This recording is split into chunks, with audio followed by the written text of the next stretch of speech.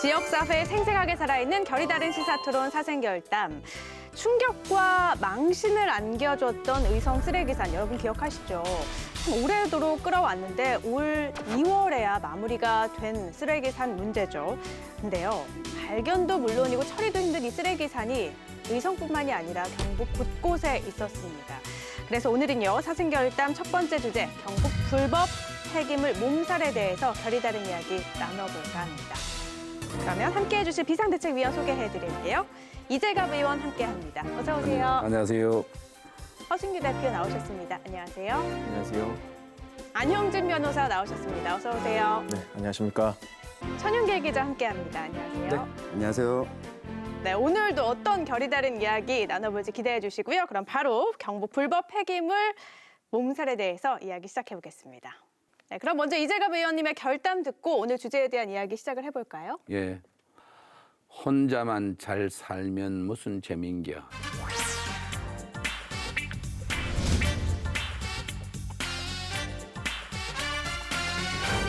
우리 봉화 출신 전오익님의 책 제목인데요. 이번 사건을 들여다보면서 제일 주범이 징역 2년형 받았고요. 다음에 공범이 징역 8월에 집행유예 2년 받았고 나머지 분들은 벌금 300만 원 했어요. 아무리 돈이 좋아도 정말 얼마나 많은 사람들에게 이게 피해가 갈지도 모르는 이런 큰 상황을 벌였는데 그 사람들은 당연히 나쁘지만 이런 상황을 어쩌면 우리도 너무 무관심하게 지켜봤지 않는가 그런 측면에서 우리 모두가 하는 되돌아보는 우리도 되돌아보는 정말 이 무관심이 부른 재앙에 대해서 돌아보는 그런 시간이 됐으면 참 좋겠다는 생각했습니다. 네, 지금 안동 도산면 불법 폐기물 문제와 관련된 이야기 해주신 건데요. 예. 지금 경북에서는 불법 폐기물 문제로 몸살을 앓고 있습니다. 실제로 전국 꼴찌 수준이라고요? 폐기물 처리율이요? 네, 이게 불법 폐기물의 방치량은 전국 1등, 처리율은 전국 꼴찌. 그러니까 뭐 앞에서 1등, 뒤에서 1등. 어쨌든 1등이네요. 네, 둘 다 1등을 하고 있는데 이게 아마 불법 쓰레기 문제가 불거진 것은 역시나 의성 쓰레기산 때문이었습니다. 환경부에서 2019년 이 의성 쓰레기산 이후에 전국적인 불법 방치 폐기물 현황 조사를 했는데 네. 43만 2천 톤이 확인이 됐고 이 가운데 17만 2천 톤이 경북 지역에 방치가 돼 있습니다. 그런데 이 17만 2천 톤 중에서 아직까지 2021년 2월 기준으로 해결하지 못한 이 방치 폐기물이 6만 2천 톤이 있습니다. 이 안동에 있고 영천, 문경, 성주 이 경북 지역 곳곳에서 이 쓰레기들이 아직까지 처리되지 않고 있습니다. 엄청난 거예요. 43만 톤, 17만 톤. 사실 이게 그냥 이렇게 듣기에는 네. 많구나 하는데 양으로 치면 산이 몇 개가 있는 거잖아요. 그렇죠. 쉽게 생각하면 우리 의성 쓰레기산 하나가 경상북도에 더 있다.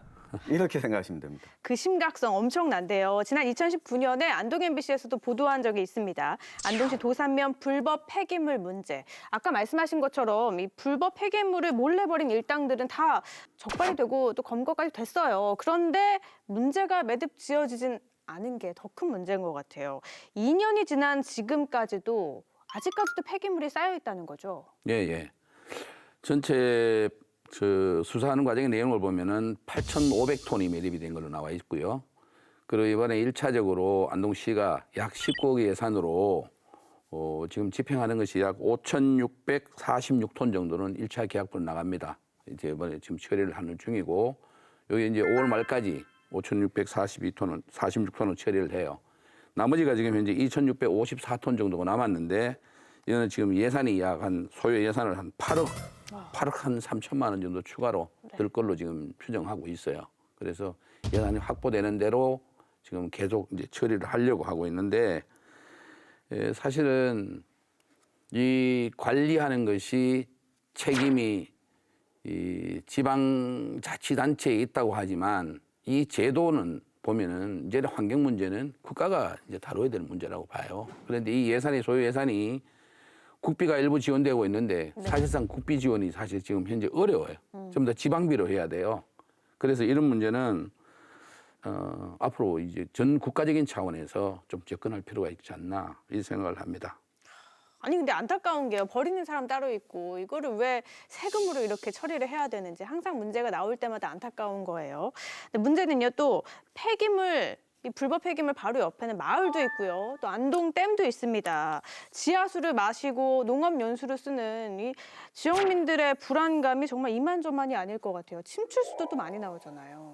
네, 이 불법 폐기물로 인해 벌어지는 여러 가지 문제들이 있는데요. 먼저 수질 오염입니다. 말씀 주신 대로 침출수가 지하수로 흘러 들어가서 수질 오염시키는데 이것이 그 식수원, 낙동강 식수원에 영향을 미치는 게 있고요. 농민들 같은 경우는 농장로의 농수로로 유입돼서 농사에도 영향을 미칩니다. 그리고 두 번째로 화재 위험이 있습니다. 화재요? 유해 화학 물질 가운데 물이 붙으면 불나는 물질들이 있습니다. 그래서 우리가 쓰레기를 처리할 때 이제 먼지를 제거한다고 이렇게 물을 뿌리면서 쓰레기를 치우다가 불이 나는 경우가 있고요. 또 여름에 비가 오지 않습니까? 비가 오면 불이 나는 경우가 있습니다. 이런 화재 위험이 있고요. 그리고 세 번째로는 악취입니다. 냄새가 심각하고 가장 심각한 거는 이 정상적인 쓰레기 처리 과정을 마비시키는 행정 사법 체계 시스템을 파괴하는 아주 중대 범죄다. 네, 이것을 말씀드리고 싶습니다. 실제로 의성 쓰레기산도 치우기 전까지 화재가 여러 번 났었잖아요. 그렇죠. 소방 인력이 투입되기도 했었고 이제 곧 여름이면 악취가 더 심각해질 것 같아서 더 큰 문제예요. 네, 이 침출수가 들어가면은 지하수가 물론 오염됩니다. 그런데 이 지하수가 한번 오염되면 앞으로 언제 이게 회복이 될지 좀 어렵다고 하더라고요. 그래서 이 그냥 물 같으면은 이렇게 오염물이 가도 흘러가면 그만인데 지하수는 그 항구성이 있어서 문제가 있고 원인 규제주의라고 하는데요. 공장이 들어서서 깨끗하게 정수된 물을 내보내면 된다 이런 주의가 아니라 아예 원인을 제거해버린 겁니다. 그런 차원에서 이런 쓰레기와 관련된 업체가 들어서는 거는 좀 원인 규제주의 차원에서 좀 대처할 필요가 있지 않나 이런 생각을 합니다. 좀 더 근본적으로 보면 이런 업체가 어떻게 여기에 쓰레기를 이렇게 많이 버릴 수 있었던 거예요? 그거는 우리 제도 운영상의 문제인데요. 보면은 이래요. 실제로 쓰레기가 발생하고 처리할 수 있는 절차는 있습니다. 있는데 이 절차 이행이 안 되는 거잖아요. 절차대로 가면은 정상적으로 처리가 되는데 절차대로 안 가도 사실은 그걸 끝까지 추적해서 확인할 수 있는 게 그런 이제 인력이나 이제 여력이 안 돌아가는 거예요. 그러다 보니까 이렇게 불법 투기라는 게 벌어지는데 지금 현재 시에서는 이 확인이 되고 나서 그때부터 침출수를 모아서 가족말 처리장으로 보내가지고 처리를 하고 있어요. 이 부분은 하고 있는데 아까 말씀하시던 내용이 중요한 게 이제 지하수 오염 문제죠. 지하수 오염 문제는 이제 사실 이건 우리가 지금 확인할 수도 없고 만약에 지하수가 오염됐다고 한다면 이건 참 재앙이죠. 큰 재앙이 되죠. 예. 실제로 주민들이 예. 지하수를 사용하고 계시나요, 지금도?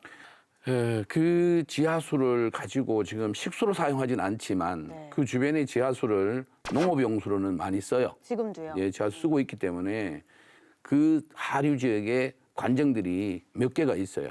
그리고 그 온천에서 지하수도 뽑아 쓰는 지하수가 있고 네. 있기 때문에 추후 이거는 좀 확인을 좀 지속적으로 해봐야 될 부분이라고. 이게 주민들 이야기를 들어보면 네. 여기가 의성 쓰레기산처럼 이 폐기물 처리장이 아니었습니다.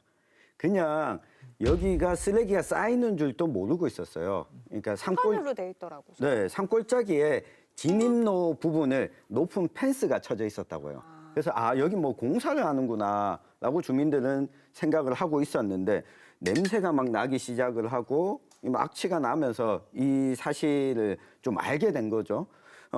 사실 인적이 드문 곳에다가 이렇게 불법으로 쓰레기를 투기해놓고 나서 그 피해는 주민들이 고스란히 보게 되는데 한편으로는 환경부가 책임져야 되지만 저는 안동시의 대응도 좀 부족했다. 실제 확인했던 게 제가 현장에 갔을 때 침출수가 안동시에서는 이게 흘러나오지 못하도록 둑을 막아뒀다라고 하는데 밑으로는 빠져나갈 수 있잖아요. 근데 그 조치를 별달리 하지 않고 있다가 우리 이재갑 의원님께서 야 이건 문제 있는 거 아니냐라고 지적하니까 그 다음 날에 추가적인 조치를 했더라고요. 어떤 조치를 했죠? 아예 그 침출수가 밖으로 빠져나가지 못하도록 추가적으로 둑을 더 쌓은 거죠. 근데 이건 충분히 할 수 있었던 조치였음에도 불구하고 이재갑 의원님이 이야기하기 전까지는 안 하고 있었던 거죠.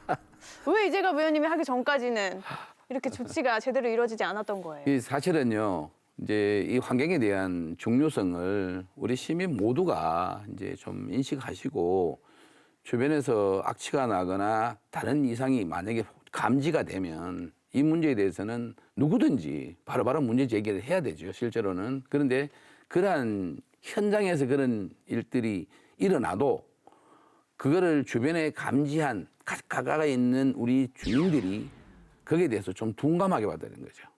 둔감하게. 아, 좀 냄새가 나네?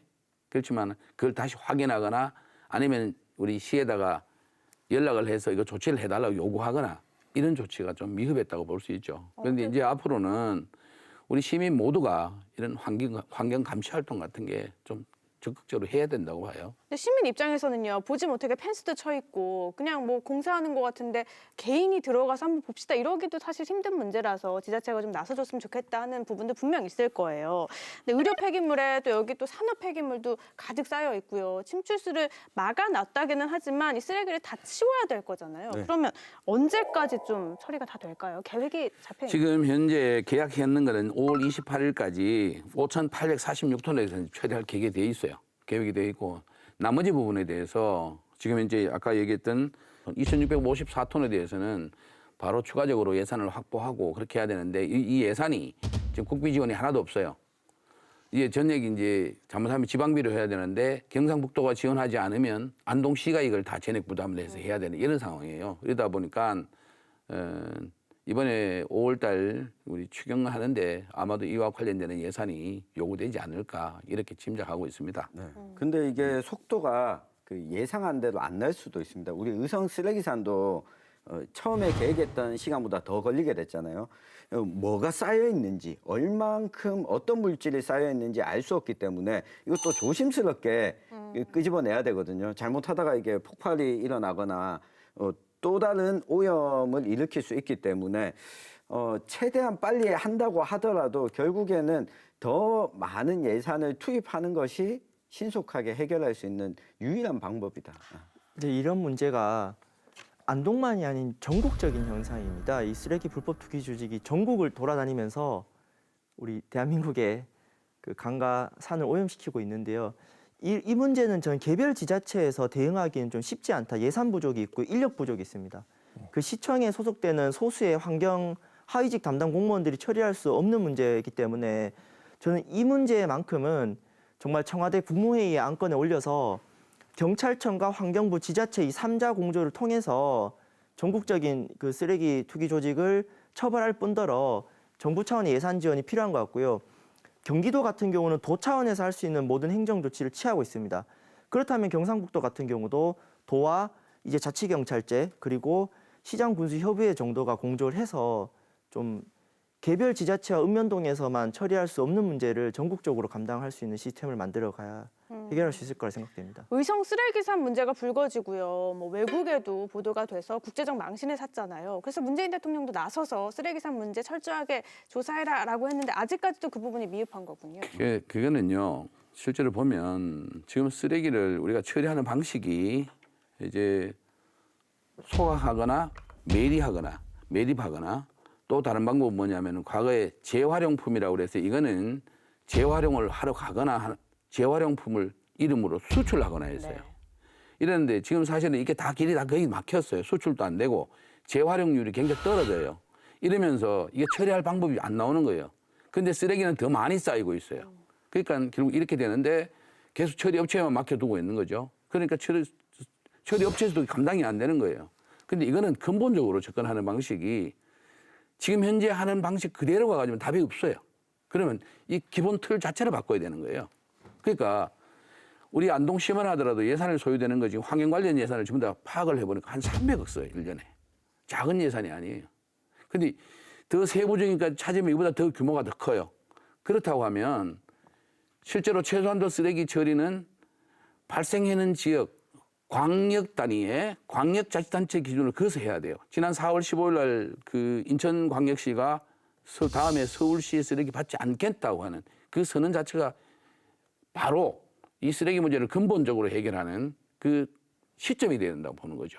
그러면 가장 문제가 이제 서울시인데 서울시도 자체 내에서 이 쓰레기를 처리하는 방법을 찾아야 되는 거죠. 절대량을 아마도 소각 처리하는 그래서 매립하는 거를 줄여야 되는 거죠. 양을 최소 줄여야 되는데 이거 지금 현재 소각에는 재처리 문제도 지금 민간이 하고 있어요. 그러니까 이게 제대로 처리하는지 안 하는지 여부도 이제 확인해 봐야 되는 거예요. 사실은 결국 이런 것들이 전부 공적으로 처리되는 공적으로. 그러니까 민간한테 이게 위탁할 수 있는 사안이 아니라는 거지 이게 처리를. 그래서 앞으로 그런 큰 틀의 변화를 가져오지 않고는 쓰레기 문제는 해결하기 쉽지 않겠다. 예, 예. 안동 시민 입장에서 더 화가 나는 것은 여기에 쌓여 있는 쓰레기가 안동 시민들이 생산한 쓰레기가 아니라는 거예요. 그러니까요. 그렇죠. 이게 가장 화나는 일인 것 같아요. 우리 지역에서 쓰지도 않는 쓰레기가 이렇게 쌓여 있다니. 도산면뿐만이 아니라 그리고 또 와룡면 인근 야산에도 있다고요? 네, 여기도 이 곳곳에 쓰레기들이 방치된 게 확인이 됐는데요. 사실 이 대목에서 왜 그러면 이렇게 경북 지역의 야산이나 인적이 드문 곳에 쓰레기가 계속해서 불법 투기가 이루어지냐? 저는 뭐 이 문제에 좀 주목해 봐야 된다고 생각합니다. 앞서 허승규 대표가 언급했지만 이 조직폭력배와 또 연루된 불법 쓰레기 투기 업체들이 있고 그럼 이들이 찾아서 다니는 거죠. 어디가 인적이 드물까? 어디가 제일 적발되지 않을까? 안동시가 면적이 경상북도에서 가장 넓은 기초자치단체잖아요. 대한민국에서 가장 커요. 시중에서. 예, 시중에서는 가장 넓은 자치단체다 보니까 이걸 관할하거나 할 수 없는 곳까지 또 있고 안동시에서는 지금 와룡산에 이 방치된 쓰레기들 처리하기 위해서 뭐 CCTV와 이 경찰의 협조를 통해서 이 문제를 해결하겠다라고 하지만 근본적으로는 외부에서 들어오는 쓰레기들 자체를 통제하지 않으면 좀 불가능하다. CCTV를 수십만 대 다 산에 다 설치할 수도 없는 노릇이고요. 근데 이제 와룡 쪽에 그렇게 반입 투기가 되는 거는 보면 제게도 하여튼 이제 연락을 온 게 있어요. 근데 이제 뭐냐면 안동댐이 있을 도로가 있어요. 호수를 끼고 올라가면서. 근데 그쪽으로는 굉장히 한적해. 한적하니까 이제 불법 투기를 하는 쓰레기 업자들이 처리하는 것도 있지만 일반 우리 시민들이 자가용에 싣고 와서 지나가면서 그냥 던져버리는 거예요. 시민들도요? 던져버려요. 던져버리고 하는 거예요. 계곡의 산 밑으로 던져버려요. 그래서 어느 한 지점을 가면 굉장히 불법 투기가 많이 지금 쌓여 있는 곳이 있어요. 그래서 이거는 고스란히 이제 안동시가 처리를 해야 돼요. 처리를 해야 돼서 그 마을 주민이 이제 이장님이 연락이 와서 이제 처리하도록 시에다가 이제 조치를 했는데 사실 이제 그거는 우리 시민 의식이 이제 스스로 좀 바뀌어야 된다고 보는 거죠. 그리고 또 하나가 뭐가 있냐면은 우리가 이제 산림을 보호하고 산림을 가꾸고 또 이제 산림에 뭐 산불이라도 발생하면 그때 비상 상황에서 이용하기 위해서 개발해놨는 임도가 쓰레기 불법 투기를 하는 그런 좋은 또 도로로 이용이 되고 있어요. 그래서 산속에 들어가면 그냥 그 임도 밑에 그냥 그대로 다 버려요. 폐 가구라든가 가전제품까지 그거 다 밀어 가버리는 거예요. 그래서 이런 문제도 사실은 우리가 스스로가 고치지 않으면 이런 건 사실 일일이 따라다닐 수도 없고 우리 뭐 시에서는 불법 감시반들이 있어요. 불법 투기하는 감시반들이 있지만 그분들이 그걸 다 커버할 수는 없거든요. 예. 근데 개인이 버리는 쓰레기의 양은 그래도 지금 이렇게 업체가 버리는 양보다는 미미하잖아요. 그래서 업체가 버리는 이 문제부터 좀 빨리 해결해야 되지 않을까 싶은데 현행법상으로 불법으로 투기된 쓰레기는요. 땅 주인이 치우도록 돼 있다고 하는데 실제로 쓰레기를 버리는 업자하고 땅 주인하고 다른 경우가 대부분이잖아요. 그런 문제가 기존에 있었습니다. 그래서 법 개정이 되었는데 개정 전에는 뭐 땅 주인, 뭐 쓰레기 버리는 사람 이렇게 세 가지 종류로 제한적이었는데 그런 문제점이 있음을 지적을 받아서 2019년 11월 말에 개정이 되었습니다. 네. 그래서 가장 중요한 건 그겁니다. 이 폐기물관리법 48조인데요. 부적정 처리 폐기물 발생부터 최종 처분까지 관여한 사람들, 그러니까 배출, 수집, 운반, 보관, 재활용, 처분 과정 이런 사람들도 책임을 지도록 바뀌었습니다. 또한 중요한 거는 이런 행동을 요구하거나 의뢰, 교사한 자, 협력한 자까지 이런 폐기물을 처리할 수 있는 그런 책임을 부과하는 쪽으로 바뀌어서 이런 점은 뭐 칭찬할 건 칭찬해줘야 됩니다. 바뀌었습니다. 이건 참 잘 바뀐 것 같네요. 네. 그런데 뭐 이런 부분이 있습니다. 이 불법으로 투기한 사람과 관여된 자를 찾지 못할 경우에 그 기간 동안 쓰레기가 방치되어 있는 거거든요. 이번에 안동 도산면의 폐기물 같은 경우에도 이 불법으로 투기한 자, 관여한 자들에 대해서 최종적인 법적 판결이 내려지기 전까지는 안동시에서 먼저 치우지 못했던 거예요. 이 하위직 공무원에게는 일단 이거 빨리 치우자라고 해서 치웠다가 구상권을 청구해서 돈을 돌려받지 못하게 된다면 이 공무원이 이 세금을 쓴 책임을 다져야 되거든요. 그러다 보니까 2019년에 이게 알려지고도 2년 동안 치워지지 못한 거죠. 그런 문제가 있었습니다. 예전에는 행정 대집행이라 그래서 먼저 행정명을 내려고 안 하면은 대신 나서서 한 게 대집행이거든요. 네. 그러니까 투기물 다 있는데 시간이 걸고 막 물이 줄줄 새고 이런데 시간이 걸렸던 거죠. 그래서 이번 법이 또 개정되어서 이제 긴급한 사유가 있는 경우는 직접 그 명령 절차 안 하고도 직접 할 수 있고 그 전에도 이제 돈을 확보하기 위해서 가압류나 이런 걸 할 수 있도록 제도적 변화는 뭐 있었다는 점 말씀드릴 수 있습니다. 그러면 이번에 바뀐 개정된 법에 따르면 처벌이나 이런 부분도 좀 많이 강화가 됐나요? 뭐 불행하지만 처벌은 강화된 게 없더라고요. 다만 그 처벌하는 항목이 늘어났고 네. 그거보다 더 중요한 건 그겁니다. 불법 수익을 환수할 수 있는 근거가 마련되었습니다. 돈이 되니까 나쁜 짓 하는 겁니다. 나쁜 놈들은 징역 2년 살아도 10억 번다 그러면 합니다. 그래서 이 부정수익이라고 하죠. 그거 3배를 과징금을 물 수 있도록 조항이 신설되었습니다. 이 점에 대해서 행정관청이 좀 더 적극적으로 적용할 필요가 있다 이렇게 생각합니다. 네. 근데 그동안 법적 허점이 참 많았어요. 그러니까 합법적으로 영업 허가를 받아놓고 처리도 안 됐는데 계속 받는 거예요. 근데 이게 불법으로 이제 뭐 문제가 발생하면 사실 법정에서 처벌할 조항이 마땅치 않아서 처벌을 못 해요. 네. 못 하다 보니까 계속 이어지는 거예요. 그래서 영업 정지를 시키거나 하면 법원에서 풀어줘 버리는 거예요. 그러니까 계속 들어가 이제 문제가 더 커지는 거예요. 그래서 이번에 법이 개정돼 가지고 일단 문제가 되면은 반입 정지를 할 수 있도록 허가난 영업장이라 하지라도 그 폐기물 자체가 반입이 불가능하게 막아놨어요. 이제 법적으로 그래 놨어요. 그렇기 때문에 허가를 받았다 하더라도 자기들 처리하지 못한 폐기물을 할 수 없는 폐기물을 자꾸 받으면 안 되는 거예요. 그래서 이제 의성 쓰레기산의 경우가 바로 그런 경우였거든요. 그래서 이번에 법이 이제 자꾸 이제 개정이 되면서 이제 강화되어 가는 거는 바람직한데 과연 그렇다고 해서 이거를 전업으로 하는 분들한테 이걸 막을 수 있을까 법이? 이제 이런 문제에 대해서는 또 다른 어떤 변형된 형태의 또 그런 업자가 나올지 또 모르는 거예요, 사실은.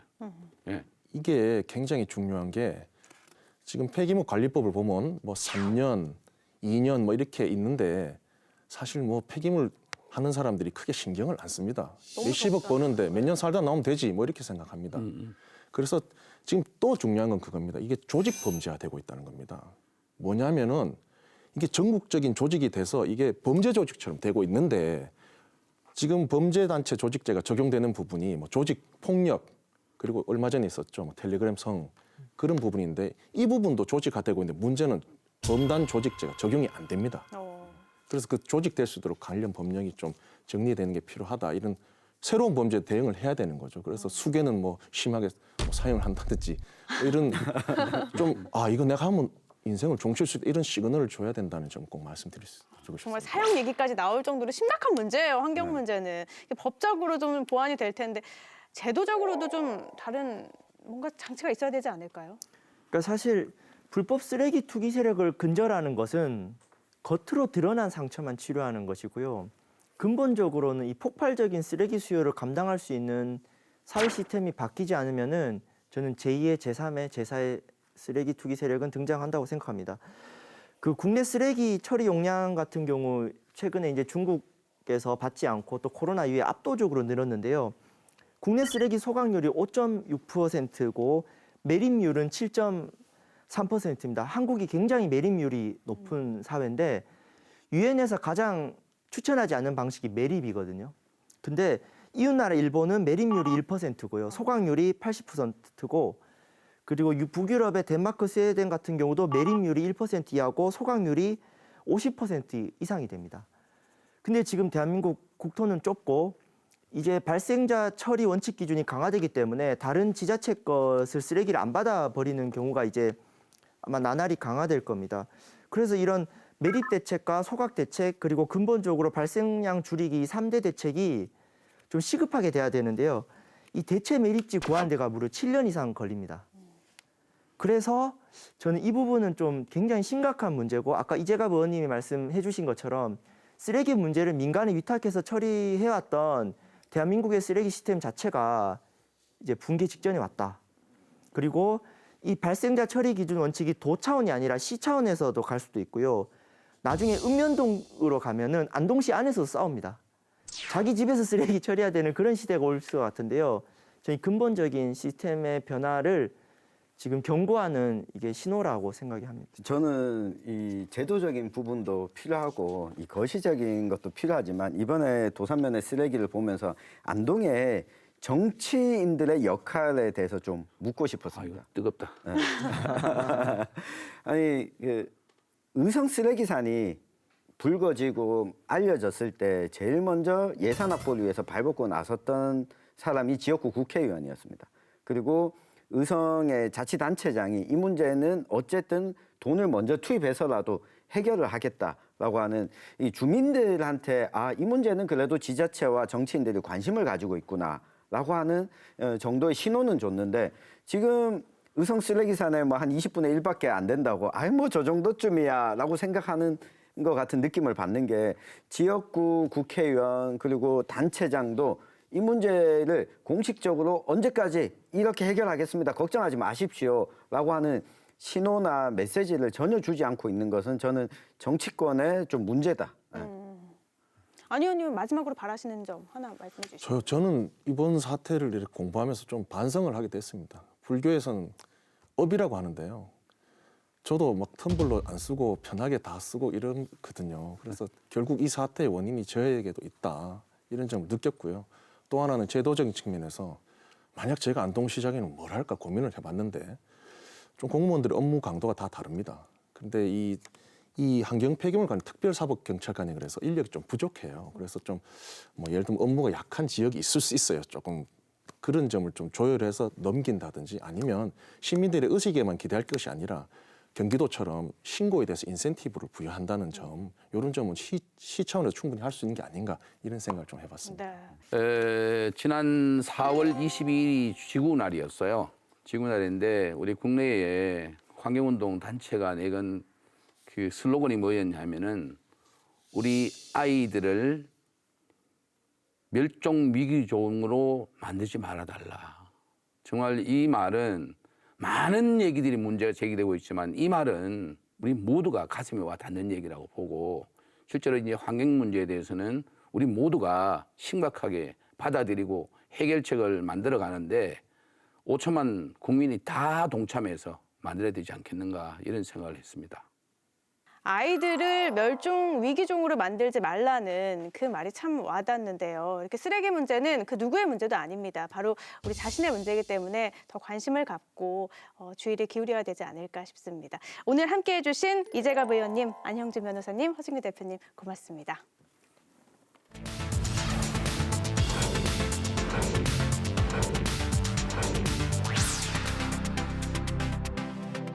네, 교통 인프라는 지역 균형 발전의 핵심 동력이죠. 그래서 각 지역마다 철도와 도로 문제에 있어서는 촉각을 곤두세울 수밖에 없는데요. 얼마 전 4차 국가철도망 구축 계획안이 발표가 됐습니다. 어떤 내용일지 계속해서 사생결단 두 번째 주제 4차 국가철도망 계획, 경북의 득과 실에 대해서 이야기 나눠보겠습니다. 함께해 주실 비상대책위원 소개해드릴게요. 김성진 의원 함께합니다. 어서 오세요. 안녕하세요. 임미애 의원 나오셨습니다. 안녕하세요. 안녕하세요. 유희순 편집장 함께합니다. 안녕하세요. 네, 반갑습니다. 네, 4차 국가철도망 계획 경북의 득과 실 이야기 나눠볼 텐데요. 임미애 의원님의 먼저 결단 듣고 시작을 해보죠. 표정 관리 안 되네.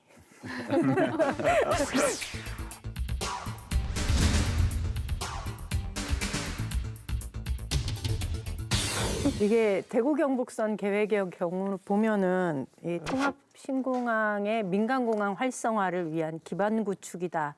그래서 많은 시도민들이 원했던 사업이다라는 측면에서는 굉장히 반가운 계획인데요. 네.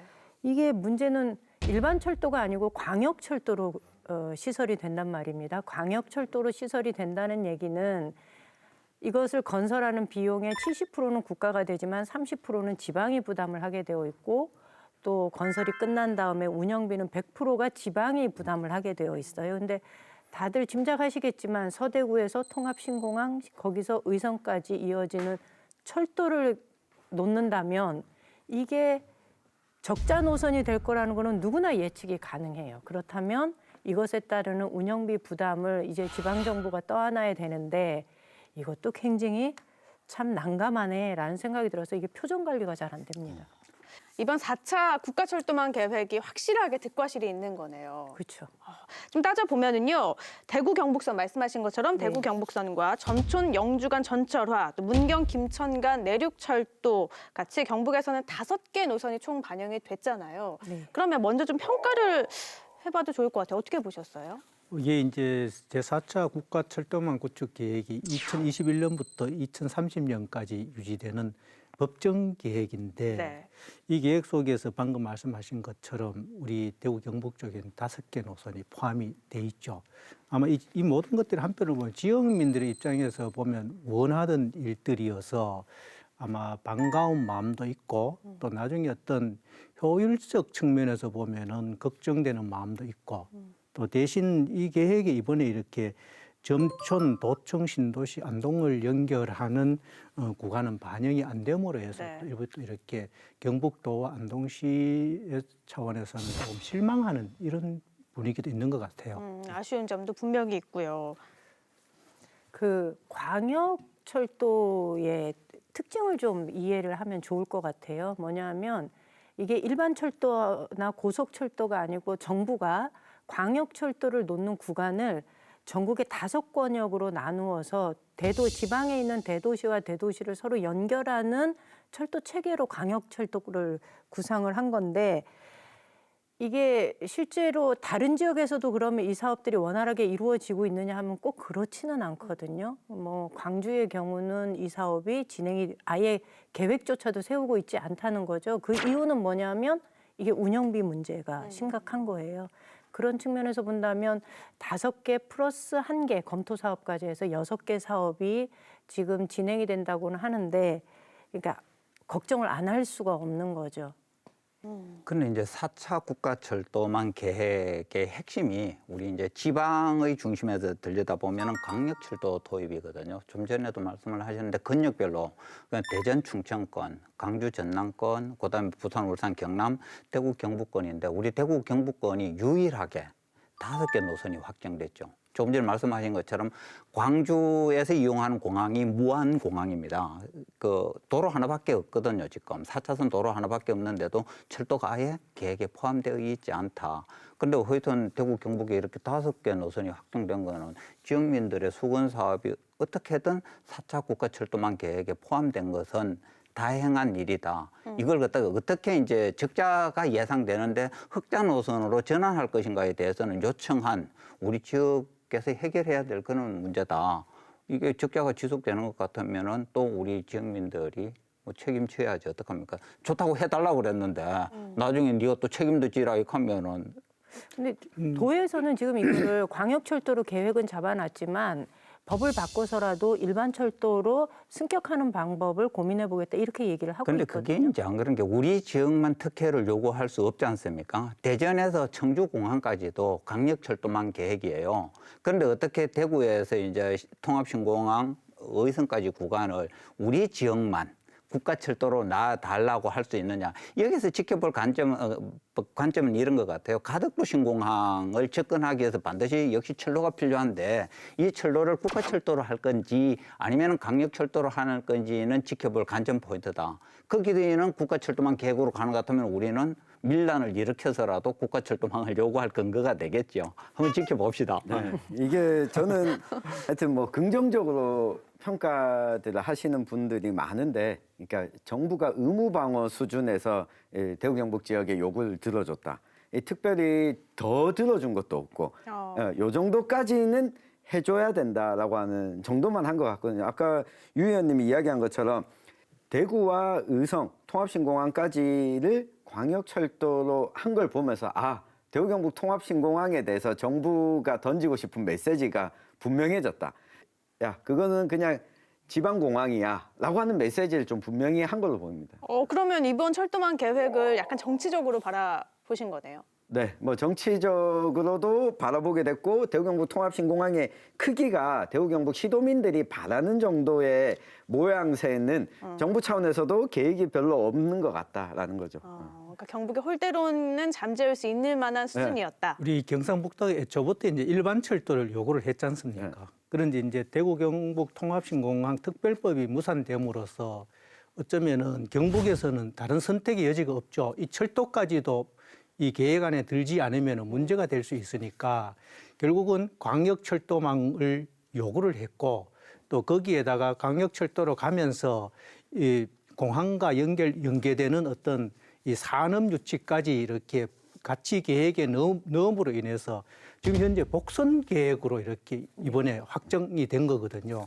어쩌면은 통합신공항이라는 어떤 핵심 의제를 지켜나가기 위한 방법에서 이 방법을 선택할 수밖에 없었던 한계, 거기에 따라서 어떤 이 앞으로의 어떤 과정에 대한 여러 가지 걱정들을 동시에 가지는 일들이죠.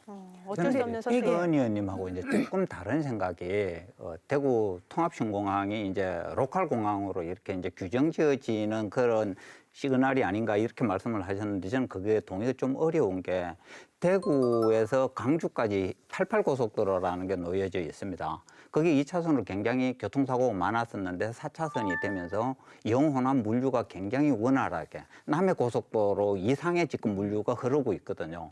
그러면 이제 우리 대구에서 강주까지 가는 고속철, 일명 달빛 내륙 고속철도를 원하고 있습니다. 그럼 광주에서 인천공항까지 가는 거에 시간이 2분의 1이면 통합신공항 온다는 것이죠. 그다음에 가덕도 공항 가는 거에 역시 3분의 2면은 온다는 거예요. 그러면은 달빛 내륙 고속철이 완성이 되면은 통합신공항 이전에 완성이 되면은 대구에서 의성까지 철로가 적자 노선을 저는 만회할 가능성이 있다. 저는 이 시점에서 우리 대구 경북이 준비해야 될 것은 통합신공항의 활주로를 3,700m 이상으로 확보를 해서 대형 여객기 이착륙을 반드시 실현을 해야 된다. 그래 장거리 노선이 있을 거고 로컬 공항에서 국제공항으로 커가는 받침이 되지 않을까? 지금 핵심은. 근데 제가 이 광역철도에서 일반 철도로 전환이 되거든요. 실제로 전환이 충분히 가능하게 법에 규정이 되어 있어요. 이게 되려고 하면 대구 경북권, 그러니까 대구권으로 한정되어 있는 광역철도권의 이 범위를 벗어나서 연결이 되면 돼요. 그러니까 이 철도가 예를 들면 대전권하고 연결이 된다든가 호남권하고 연결이 된다면 구간별로 요거는 광역철도권, 요거는 일반철도권 구분할 수가 없거든요. 이런 경우에는 이거를 승격을 하는 게 가능하거든요. 그래서 제가 볼 때는 대구 경북 광역철도를 준비하는과 동시에 다른 지역과 연결해서 하는 방법들을 우리가 고민해 봐야 된다라는 얘기를 좀 드리고 싶습니다. 실제로 그런 움직임이 있나요? 그게 달빛 내륙 고속철도죠. 근데 이번에 결국 달빛 내륙 고속철도가 4차 계획안에 들어가지 안 됐죠. 못했잖아요. 네. 그렇지만 이제 뭐 6개 자치단체장들이 요구하고 있으니까 이 계획이 어떤 이 5년마다 또 타당성 검토를 해서 이렇게 재검토되는 부분도 있고 하니까 그걸 한번 기대를 갖고 지켜보는 것도 괜찮은 것 같아요. 네. 네. 그리고 또 하나의 큰 성과로 지목되는 게요. 문경 김천 간 내륙철도입니다. 지난번에 출연했던 이미자 박형수 국회의원이 철도망 연결의 핵심이라고 짚어줬던 구간이기도 하죠. 그래서 큰 성과인 것도 같은데 어떤 의미로 좀 받아들일 수 있을까요? 네, 일단은 정치적으로는 하필 경북에 있는 요 구간만 연결이 안 돼 있다라고 하는 이 일종의 홀대로는 좀 불식시켰다라고 하는 측면이 있을 것 같고요. 또 한 가지는 경북 서부와 북부 지역을 이 수도권과 또 연결하는 수도권과 경남 지역과 연결하는 차원에서 이 산업적인 측면에서도 효과가 있다. 근데 약간은 이게 이후의 전망을 봤을 때 좀 우려가 되는 부분은 이렇게 연결됐을 때 특히 김천의 혁신도시를 중심으로 한 수도권으로 좀 빨려 들어갈 수 있는 걱정도 있다. 이것에 대한 대책 마련까지 동시에 좀 세울 필요가 있겠다 싶어요. 항상 철도가 마련이 되면 이런 문제는 같이 오는 것 같아요. 근데 대부분에 빨려 들어가죠. 지금 이제 수서에서 출발해가 경남 거제까지가 내륙 고속철도지 않습니까? 현재 뭐 수서에서 이천까지는 활용되고 있고 이천에서 이제 문경까지 공사 중인데 문경에 있는 단말역을 가보시면은 세제 입구에 있어요. 그러니까 문경 시민들의 주 근거지가 현재 점촌인데 점촌에서 접근하기도 굉장히 애매한 거리죠. 그러니까 이거는 그러니까 문경에서 김천까지를 곧 연결하겠다는 저는 과정이었는데 지역 주민들이 이제 지난 10년간 이거 빨리 제발 연결해 달라고 심지어 작년 같은 경우에 문경, 상주, 김천 시민 79%인 무려 25만여 명이 청원서를 작성해서 국토교통부하고 기획재정부에 제출하기도 했었거든요. 이런 거 보면은 정말로 도로를 놔달라고 철도를 놔달라고 보채면서도 좀 전에 천 의원님 말씀하신 것처럼 지역의 자본이 수도권으로 급격하게 빨려 들어가는 계기가 될 것이다. 또 지역민들이 이렇게 강렬하게 원해서 단절 구간을 연결시켜 준 게 아니고 철도를 이렇게 토막내서 운영하는 나라가 어디에 있습니까? 너무도 당연히 진작에 포함시켜야 될 걸 이제서 연결한 거는 그동안에 경부선이 포화 상태가 아니었죠. 지금 경부선 같은 경우는 이미 포화 직전에 와 있어요. 새로운 노선이 필요한 시점에 대체 노선으로 이렇게 잘려지 같은 걸 연결시켜 줄 건데 이걸 뭐 대단한 경사인 것처럼 은혜나 특혜인 것처럼 생긴 거 생겼던 거 호도하지 않았으면 좋겠어요. 근데 대신 이제는 관점을 달리 볼 필요도 있다. 우리 경북 북부 지역 입장에서 보면 지방 소멸의 위험이 놓여 있는데 어떤 의미에서 보면 이제 더 소멸될 게 없어요. 이제는 어쩌면 이때까지 수도권으로 또 대구권으로 빨려 들어갔다면 이제는 대구권에서 북부 지역으로 수도권에서 다시 북부 지역으로 다시 유턴하는 시점도 되었다. 이제는 빨려 들어갈 부분을 고민할 만한 우리 어떤 입장이 있는 게 아니고 더 이상 추락할 수 없는 상황에 가 있기 때문에 이제는 득볼 일만 남았다. 이런 관점도 봐요. 저도 네. 김성진 네. 의원하고 비슷한 생각이에요. 그러니까 우리가 빨대 현상이 생기는 건 어쩔 수 없어요. 대도시로 쫙 빨려가는 거. 그런데 그게 무서워서 사실 연결을 안 하는 거는 고립을 자초하는 거거든요. 그러니까 결국은 지금 우리 상황을 본다면 이 어려운 상황에서 우리가 더 나빠질 건 없다. 단지 산업이나 상권은 재편될 가능성이 많다. 이 철도나 도로를 중심으로 해서. 그래서 그거는 저희가 또 다른 계획으로 준비를 하면 될 것이지 이로 인한 부작용을 우리가 너무 걱정해서 지금부터 머리 싸매고 있을 일은 아니다라는 이 생각이 들어요. 철도 교통이 이번에 이렇게 계획된 노선이 정말 제대로 추진이 되고 활성화가 된다면 어쩌면은 지역의 권역이 어쩌면 수도권이 이제는 지역까지 확장되는 이런 영향도 미칠 수 있다. 문경이 모두가 그래- 바라는 예, 바죠. 네. 문경이 그래서 땅값이 굉장히 많이 올라갔다 그래요. 저는 그거보다 더 걱정인 게 이제 이번 4차 국가철도망 계획이 수도권에서 남해안으로 이런 세로 축은 확장된 게 전혀 없다고 봐도 돼요. 광역철도망이 이제 문제인데 대구에 지금 5개 노선의 광역철도망이 거의 확정 단계에 있지 않습니까? 대구의 위성도시를 한번 생각해 보십시다. 청도, 경산, 군위, 칠곡, 고령까지 모든 생활권이 대구예요. 생활권이 대구라는 거는 학생들도 대구에서 교육을 받는다는 것이죠. 그런데 이번에 강력철도망이 완성되면은 영천, 의성, 구미, 김천까지도 생활권 자체가 대구가 된다는 것입니다. 그러면은 이게 이 도시의 주요 상권들이 몰락되는 것만이 아니고 의성의 예를 들어보면은 어느 정도 안동에 와서 소비도 이루어지고 있다고 저는 알고 있거든요. 근데 이 양반들이 현재 안동까지 오는 시간보다 열차 타면은 계획망에 따르면은 몇 분 만에 간다고 돼가지고 있느냐 하면은 29분 만에 대구 도심까지 가는 걸로 되어 있어요. 의성에서. 그럼 의성의 주생활권이 안동이 아니고 대구가 된다는 것이죠. 그러면은 안동까지도 의성 몇 분이 와서 소비하던 게 대구 동성로 가서 한다는 이야기가 되거든요. 그다음에 중부 내륙철이 상주 단절 구간 연결됐으니까 상주 사람들도 그 가서 소비한다는 거예요. 지금 주말 되면은 서울서 상주에 내려오는 고속버스들을 보면은 대부분 대형 쇼핑백들을 들고 내려오는 사람들이 굉장히 많아요. 버스에 가득가득 차고 있는데 평소에는 인터넷으로 쇼핑하고 주말에 직접 매장에 가서 사는 거는 서울서 소비가 이루어지는데 우리 대구 주변에 있는 중소도시들의 몰락은 훨씬 더 급격하게 진행될 것이다. 뭐 빨릴 게 없다고 생각하는데 마지막 피주까지도 깎일 가능성이 있다. 저는 그래 제가 너무 긍정적으로 보시는 거 아니에요? 네, 의성은 뭐 이미 의원님께서 이야기한 대로 이미 다 빨릴 거 다 빨렸다. 피죽도 없어요. 아직도 있습니다. 이런 부작용이 분명 존재하기 때문에 저희가 또 이런 대책을 마련해야 되는 것 같은데요. 또 하나 짚어볼 부분이 있습니다. 통합신공항과 더불어서 문경, 경북도청, 신도시, 안동을 연결하는 철도망 구축도 굉장히 중요한 과제였죠. 그런데 이건 이번 구축 계획에 반영되지 않았고 추가 검토 사업으로 포함이 돼서 추후에 여건에 따라서 반영이 될 수도 있다라고 하는데 이건 어떻게 보세요?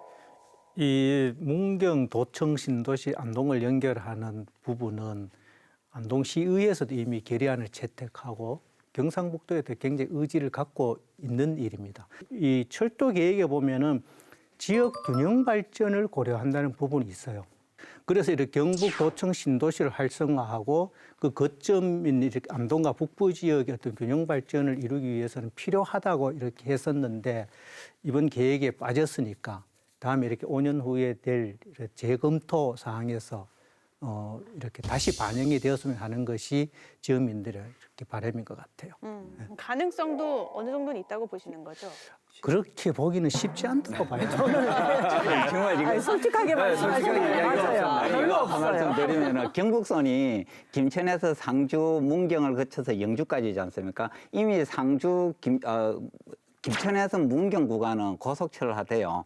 그다음에 이번 4차 국가철도망 계획에서 문경에서 영주까지도 이미 전철화된다고 하지 않습니까? 문경에서 영주까지 된다는 거는 예천까지는 전철화가 된다는 것이죠. 그럼 예천에서 이제 도청 신도시를 거쳐서 안동 구간인데 이것도 지역민들이 이렇게 뭐 강렬하게 원하면은 언젠가는 저는 놔줄 것이다. 문제는 상주에서 이제 저 고속철 단절 구간을 원할 때 그때까지 했느냐 하면은 요번에 확정될 때처럼 될 때까지 했다는 것이죠. 인디언 기후제를 갖다가 지역 정치인들이 노선이 확정될 때까지 지내는 거에 대해서 저는 안타까움이 더 크다는 것이죠. 그러면 당시에 이제 정권을 잡고 있는 정치인들은 이거 내가 놓은 거야. 이렇게 하면서 또 선거운동을 펼쳐가는 이런 거에 지역민들이 정말로 현혹이 안 됐으면 좋겠어요. 그러니까 이게 가능성이 저는 크지 않은 이유가 두 가지가 있는데요. 하나는 도청 신도시까지 연결되려면 결국 도청 신도시 계획이 그렇죠. 구상대로 규모가 있어야 돼요. 진행이 되고 규모가 있어야 되는데 지금 이게 불투명한 상황에서 이 철도는 당연히 불투명할 수밖에 없고요. 또 한 가지는 경북 전체적으로 놓고 봤을 때 이 도청 그리고 안동 이렇게 연결하는 철도망이 과연 우선순위에 포함될 수 있을 거냐. 저는 그게 쉽지 않다고 봅니다. 참 어렵네요. 저는 이제 한마디로 신도시가 제자리 잡아야 이게 구체화될 수 생각해볼 있다 문제네. 이렇게 얘기할 수 있죠. 네, 저희가 지금 4차 국가철도망 계획의 득과 실에 대해서 이야기를 하고 있는데 좀 실만 얘기한 것 같아서 근데 이분들이 뭘 잘 모르시는 것 같아요. 그럼 잘 아시는 분께 조금 더 얘기해 주시겠어요? 우리 지역민들은 다 된다고 생각을 하고 있습니다. 솔직하게 이게 희망 고문이에요. 아니 안 된다는 인디언 기후제를 건 계속 지내시면 됩니다. 10년, 20년. 언젠간 될 거겠죠. 예, 네. 언젠간 됩니다. 네, 이번 4차 국가철도망 계획의 득과 실에 대해서 이야기를 나눴는데요. 앞으로 바라시는 점도 있으실 것 같아요. 네. 그동안요, 2014년도부터 20년까지 중앙정부의 광역철도 예산에서 94.3%가 수도권에 집중이 되었거든요. 그동안 뭐 실효성이 낮다라는 이유로 지방에 준비되어 있는 광역철도권에 대해서는 중앙정부가 투입된 예산이 한 5.7%, 2,044억 정도가 지방에 쓰여졌는데 전 이게 좀 조정이 되어야 된다고 생각을 합니다. 그래서 지방에서 준비 중인 광역철도권에 대한 그 중앙정부의 관심이 좀 더 많아져야 된다는 얘기를 드리고 싶습니다. 네. 이번 이렇게 계획에서 빠진 달빛 내륙철도 이걸 정부가 적극적으로 한번 수용을 했으면 좋겠다. 어쩌면은 영호남의 어떤 지역 감정을 해소하고 그리고 영호남 일대 어떤 이 중남부권을 서로 이렇게 연결할 수 있는 이런 철도망 구축이 되면 어떤 지역의 발전에 도움이 되지 않을까 이런 기대를 갖게 되네요. 네. 저는 앞서 그 가능성이 높지 않다고 이야기했지만 이번에 국가철도망 계획을 보면서 제가 경북 지역을 다녀보면 철도가 없는 동네를 참 많이 다닙니다.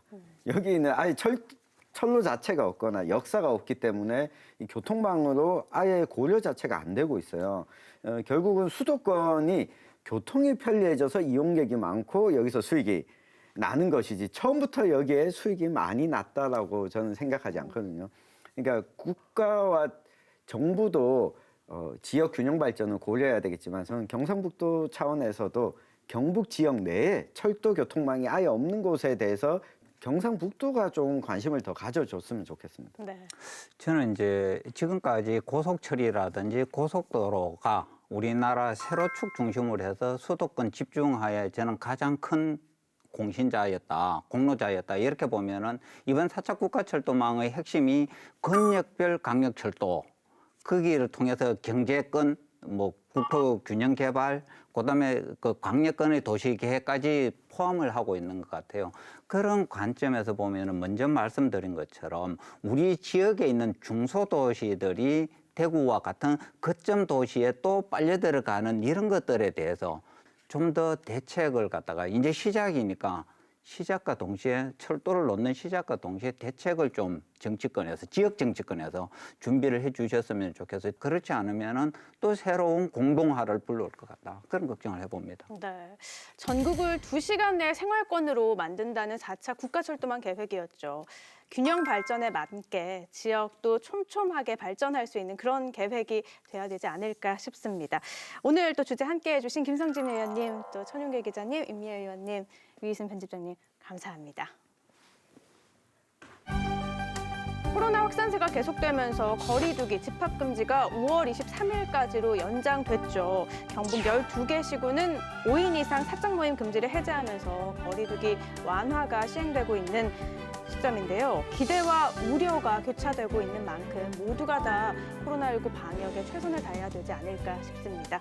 지역사회에 생생하게 살아있는 결이 다른 시사토론 사생결담, 안동 MBC 사생결담은 온라인을 통해서도 실시간으로 보실 수 있다는 점 기억해 주시고요. 오늘은 여기서 인사드릴게요. 시청해 주신 여러분 고맙습니다.